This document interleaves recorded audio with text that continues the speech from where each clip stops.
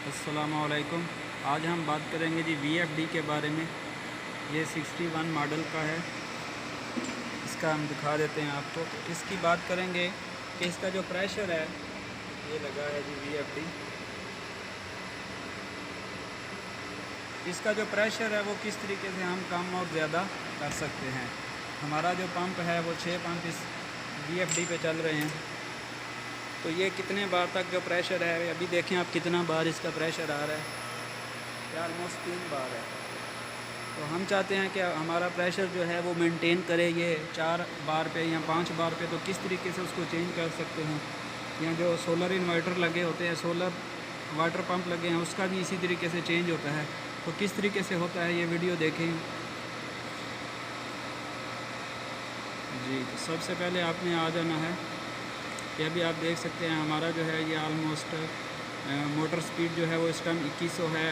और PID feedback जो है वो हमने 3000 पे सेट किया हुआ है। इसका मतलब ये 3 बार तक चल रहा है।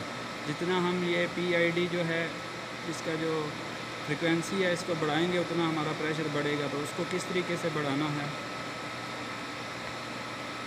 सबसे पहले आपने आना है अपना ड्राइव मेन्यू में।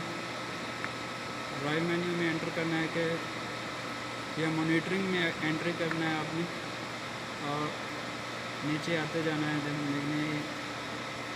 ये है इसका इंटरनल PID रेफरेंस। अगर आपके पास डिजिटल कीपैड नहीं है तो इसका जो कोड है वो है RPI। आपने जो है अपने VFD से RPI पे जाके फ्रीक्वेंसी कम या ज़्यादा कर सकते हैं। इंटरनल PID रेफरेंस हमने इस पर रखा हुआ है 3 पे। अगर आप इसको 4 पे कर देंगे तो आपका जो सोलर सिस्टम है या जो हमारे पास ये इलेक्ट्रिक ही है सिस्टम, ये चल रहा है। ये PID इसको जो प्रेशर है वो 4 बार तक रखेगा। इसको आप जितना चाहें कम ज़्यादा कर सकते हैं।